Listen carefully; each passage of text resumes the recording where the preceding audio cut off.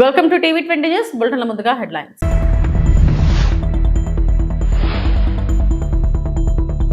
AP రాజకీయాల్లో మాటల యుద్ధం ముదురుతోంది. చంద్రబాబుపై జగన్ ఘాటు విమర్శలు.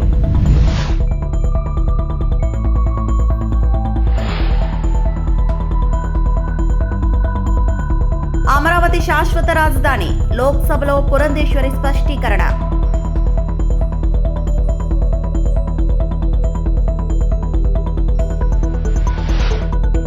ఆంధ్రుల కలల రాజధాని అమరావతి, కేంద్ర మంత్రి పెమ్మసాని వ్యాఖ్యలు.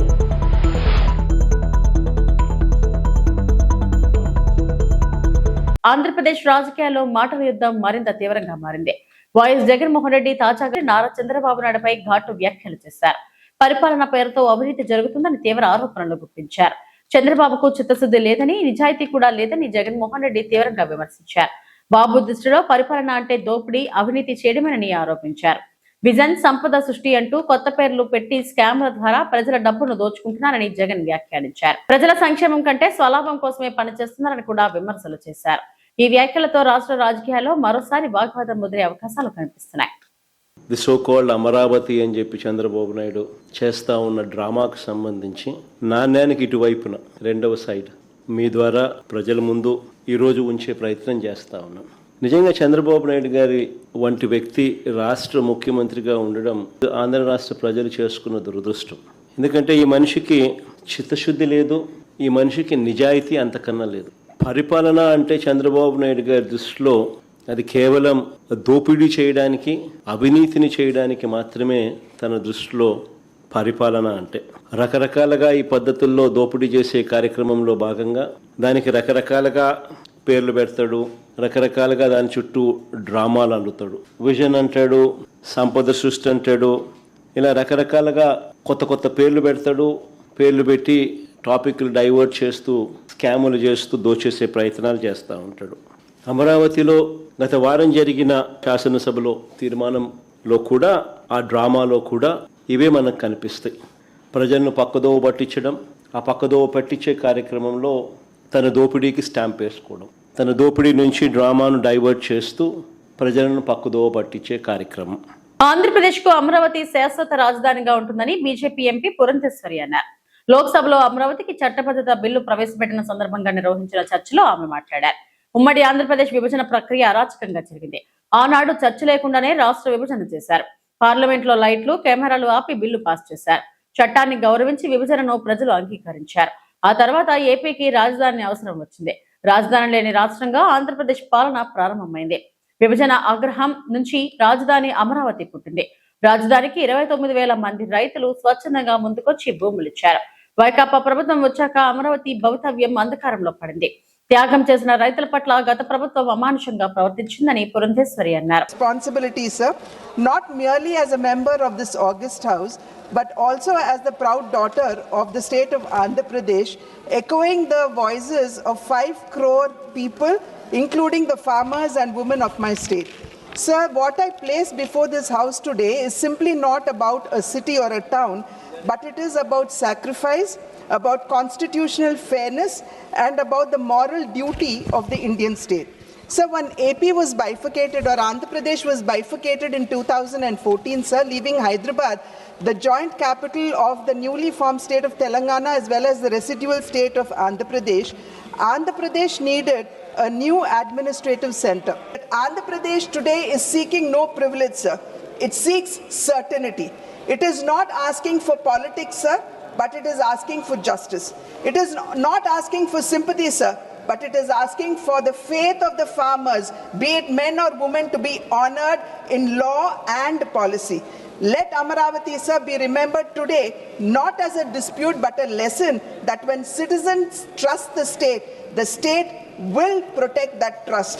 I urge this august house, sir, to stand with the state of Andhra Pradesh so that Amaravati stands forever a stable, lawful and proud capital, and as a testament of how India honor sacrifice. Sir, I was listening to Samajwadi Party, Dharmendra ji, and he stood up and said that we would support Amaravati, sir. Maybe he said that he spoke about the farmers, which is accepted in true spirit. However, sir, it is quite unfortunate to see the YSRCP parliament members walk out, sir, and not wanting to vote for Amaravati. ఆంధ్రుల కళల రాజధాని అమరావతి అని కేంద్ర మంత్రి పెమ్మసాని చంద్రశేఖర్ అన్నారు.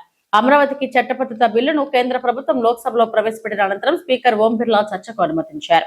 ఈ సందర్భంగా పెమ్మసాని మాట్లాడారు. P Chandrashekhar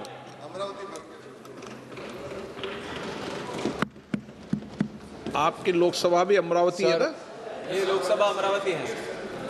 Sir, today I would like to speak in Telugu, sir, my native language, because this is a historic and an emotional moment for all of Andhra Pradesh, sir. సభాధ్యక్షులకు సహచర సభ్యులకు ఈ ప్రత్యక్ష కార్యక్రమాన్ని ఉత్కంఠంతో ఉద్విగ్నంతో వీక్షిస్తున్నటువంటి అశేష తెలుగు ప్రజానీకానికి మా అమరావతి ఆత్మ బంధువులకు నా హృదయపూర్వక నమస్కారాలు. ఆంధ్రుల కలల రాజధానిగా అమరావతికి చట్టబద్ధత కల్పిస్తూ అమరావతి ఆంధ్రప్రదేశ్కు ఏకైక రాజధాని అని ప్రస్తావిస్తూ దేశంలోనే మొట్టమొదటిసారిగా రాజధానిని నిర్మించే ఈ చారిత్రక ఘట్టంలో అమరావతి బిడ్డగా ఈ సభలో ప్రసంగించటం నాకు అదృష్టంగాను గౌరవంగాను భావిస్తున్నాను.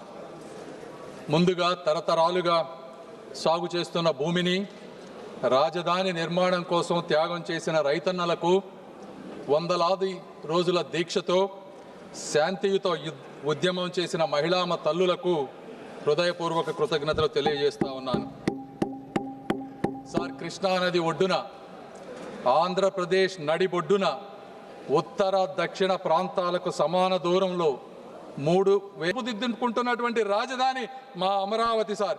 ఆత్మగౌరవ పునాదులపై తెలుగు జాతిని మేల్కొల్పిన అన్న నందమూరి తారక రామారావు గారు వంటి చరిత్ర మా తెలుగు చరిత్ర సార్. ఆంధ్రులు ఎక్కడ ఉన్నా కూడా అక్కడ అభివృద్ధి వికసిస్తుంది.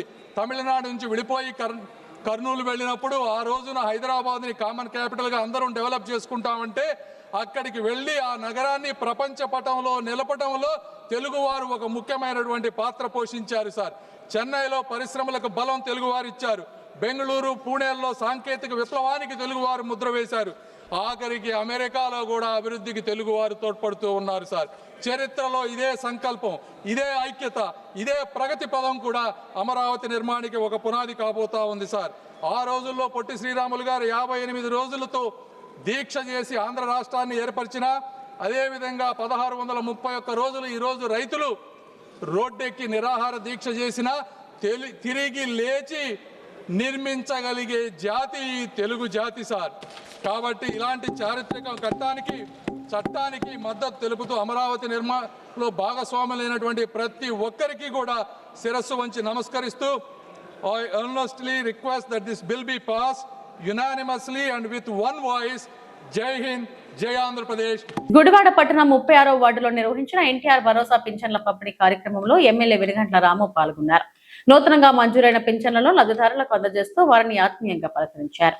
ఈ సందర్భంగా ఎమ్మెల్యే రాము మాట్లాడుతూ ప్రజల సంక్షేమం కోసం సీఎం చంద్రబాబు గొప్ప ఆలోచనలతో అనేక కార్యక్రమాలను అమలు చేస్తున్నారని పేర్కొన్నారు.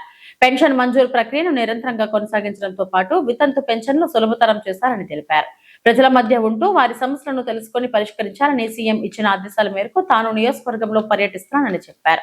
ఇక పింఛన్ నగదు అందుకున్న లబ్ధిదారులు ఎమ్మెల్యే రాము మరియు కుటుంబ ప్రభుత్వానికి కృతజ్ఞతలు తెలిపారు. నమస్తేమ్మా, బాగున్నారా? జాగ్రత్త. ఇదేనా? వెరీ గుడ్ అమ్మా, బాగున్నారా? టైంకి వస్తున్నాయా? ప్రతి నెల. ఓకే. ఎప్పుడన్నా మిస్ అయ్యారు మధ్యలో ఒక నెల ఉన్నా? ప్రతి నెల మీరు ఇక్కడే ఉన్నారు అయితే? Okay okay. లేకపోయినా కానీ మర్నాడైనా వచ్చేస్తారు, మీకు తెలుసు కాదు. ఎట్టున్నారు? బాగున్నారా? ఒకటో తారీఖు వచ్చేస్తున్నాయా? లేట్ ఏమన్నా అవుతున్నాయా? మధ్యలో ఎప్పుడైనా మిస్ అయ్యావా? ప్రతి సంవత్సరం ప్రతి నెల 1వ తారీఖుకి ముందుగానే బియ్యం కాలం పందరకాయ ఇస్తున్నారు ముసలాళ్ళకని. అవును, మీకు అందరు ముందే ఇచ్చేస్తున్నారు. ఇచ్చేస్తున్నారండి. బాగానే జరుగుతున్నాయి అని బాగానే జరుగుతున్నాయి అన్నారు. థ్యాంక్ యూ అమ్మా. బాగుంది కదా చంద్రబాబు నాయుడు గారు చేస్తే పని చేస్తే అలా ఉంటుంది. ఆగండి చేద్దామండి కొంచెం. అనంతపురం జిల్లా తాడిపత్రి నియోజకవర్గంలో వైద్య సేవలపై ఎమ్మెల్యే ఫోకస్ పెరిగింది.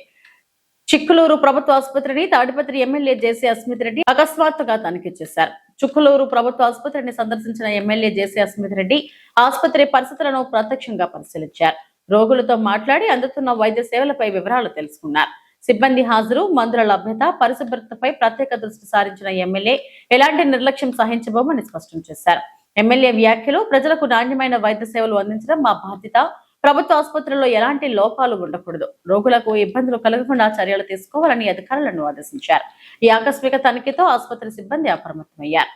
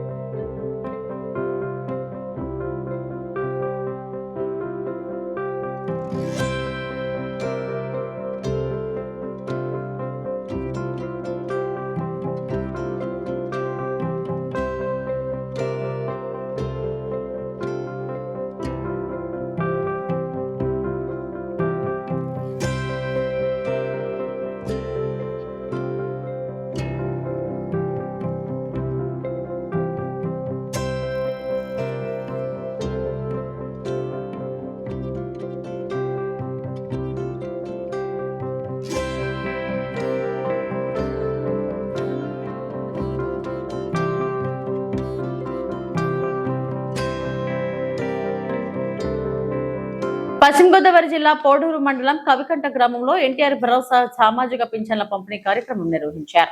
ఈ కార్యక్రమంలో జిల్లా కలెక్టర్ చదలవాడ నాగరాణి, ఆచంట ఎమ్మెల్యే పీతాన్ సత్యనారాయణ పాల్గొని లబ్ధిదారులకు పింఛన్లు అందజేశారు. ఈ సందర్భంగా కలెక్టర్ మాట్లాడుతూ వృద్ధులు, బలహీన వర్గాల కోసం ప్రభుత్వం కట్టుబడి ఉందన్నారు. ప్రతి లబ్ధిదారునికి 4000 పెన్షన్ అందజేస్తూ వారి అవసరాలకు ఉపయోగపడేలా చర్యలు తీసుకుంటున్నామని తెలిపారు. జిల్లాలో సుమారు 2 లక్షలకు పైగా పెన్షన్లకు ఇంటింటికి వెళ్లి పింఛన్లు అందజేస్తున్నట్లు వెల్లడించారు. అలాగే ప్రతి నెల సుమారు 96 కోట్లను పంపిణీ చేస్తున్నామని తెలిపారు.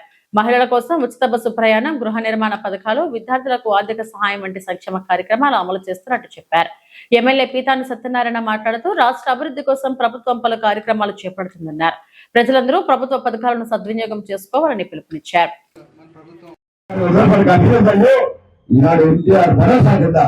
ప్రతి ఒక్కరు కూడా ఒక మానసికమైన ధైర్యాన్ని 3000 రూపాయలు ఉంటే 4000 చేశా, వికలాంగులు 3000 చెప్పే 6000 చేశా, ఆఖరికి మంత్రం గతంలో వారికి కూడా 15000 చేసిన హృదయాన్ని చంద్రబాబు నాయుడు గారు నేర్చుకోవాలని మాట్లాడుతున్నా. ఇది ఈ ప్రభుత్వ విధానంలో ఒక భాగం. ఇంకా కొత్త వారు పెన్షన్ రావాలని అడుగుతా ఉన్నారు.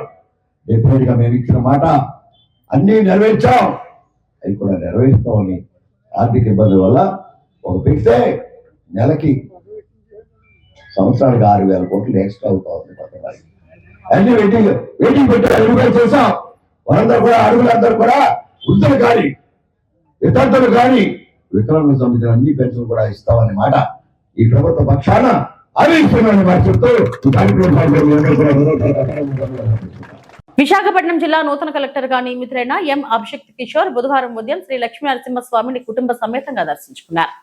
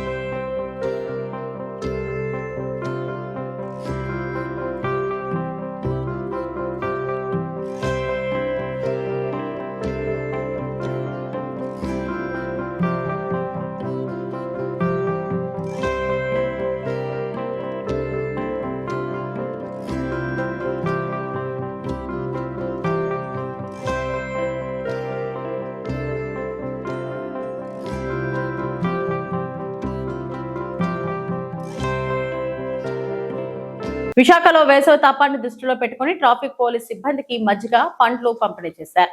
శ్రీ సాయి సంస్థాన్ చారిటబుల్ ట్రస్ట్ ఆధ్వర్యంలో ఈ కార్యక్రమం నిర్వహించారు. మద్దలపాలెం కూడలిలో ట్రాఫిక్ ఏడీసీపీ ప్రవీణ్ కుమార్ కార్యక్రమాన్ని ప్రారంభించారు. వేసవి కాలం మొత్తం ట్రాఫిక్ సిబ్బందికి మజ్జిగ పండ్లు అందించనున్నట్లు ట్రస్ట్ నిర్వాహకులు తెలిపారు. వేసవిలో విధులు నిర్వహిస్తున్న ట్రాఫిక్ పోలీసులకు ఇది ఉపశమనం కలిగిస్తుందని అధికారులు పేర్కొన్నారు. ట్రస్ట్ సేవలను ట్రాఫిక్ సిబ్బంది అభినందించారు.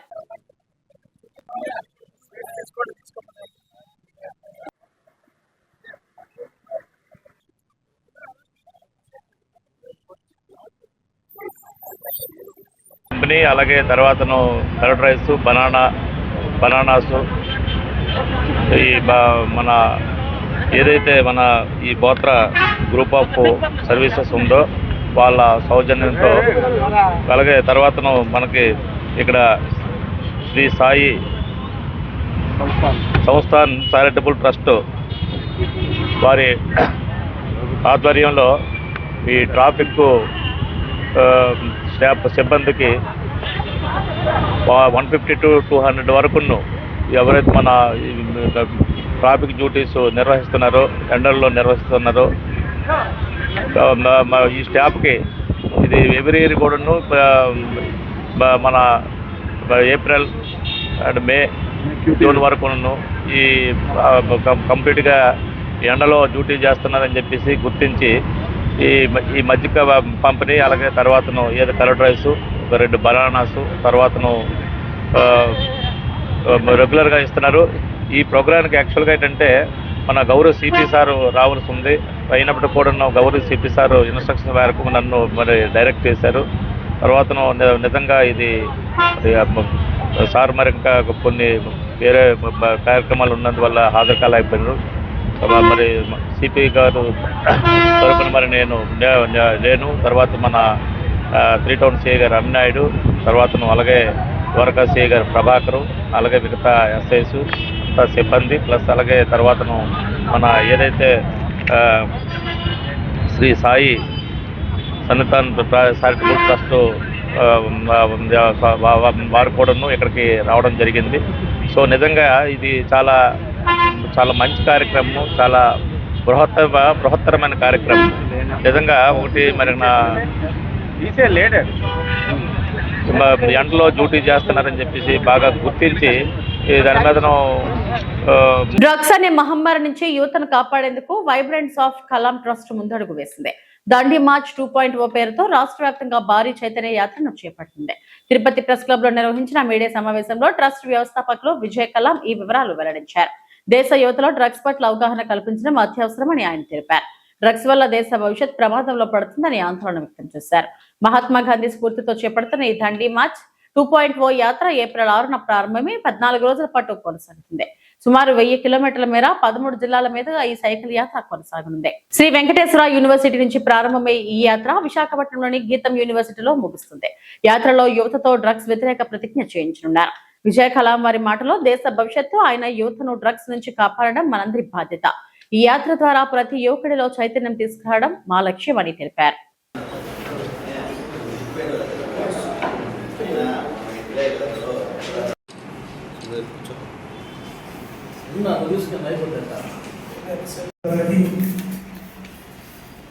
ముందుగా ఉదయపూర్వక ధన్యవాదాలు.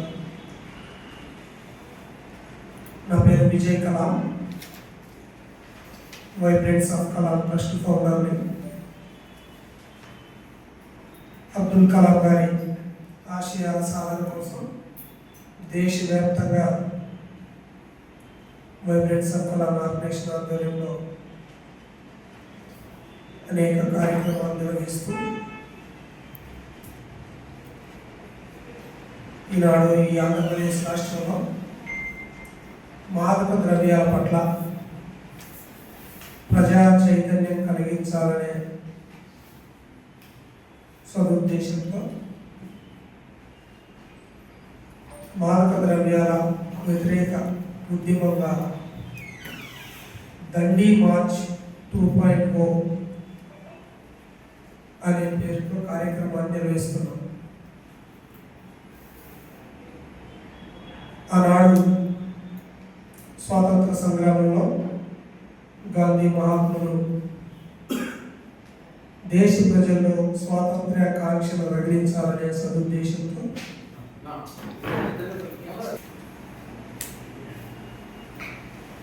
సబర్మతి ఆశ్రమం నుంచి దండి గ్రామం వరకు 240 మైళ్ళు 78 మంది తమ అనుచరులతో ఆనాడు శాసనోల్లంఘన ఉద్యమంగా ఉప్పు సత్యాగ్రహంగా దండి మార్చిని నిర్వహించారు. ఆ మహానుభావుడి యొక్క స్ఫూర్తిని తీసుకొని ఈనాడు ఈ దేశానికి అభివృద్ధి నిరోధకంగా మారినటువంటి మాదక ద్రవ్యాల పట్ల ప్రజా అవగాహన కల్పించాలనే ఉద్దేశంతో ఈ దండి మార్చ్ 2.0 కార్యక్రమాన్ని మా వైబ్రెంట్స్ ఆఫ్ కళా ఆర్గనైజేషన్ శ్రీకారం చుట్టడం జరిగింది. దీని యొక్క ప్రచార కార్యక్రమంగా ఆనాడు గాంధీ గారు మార్చి 12వ తారీఖున దండి మార్చిని ప్రారంభించి ఏప్రిల్ 6వ తారీఖున దాన్ని ముగించడం జరిగింది. ఇవి ఇప్పటివరకు నా బులెటిన్ అప్డేట్స్. నమస్తే.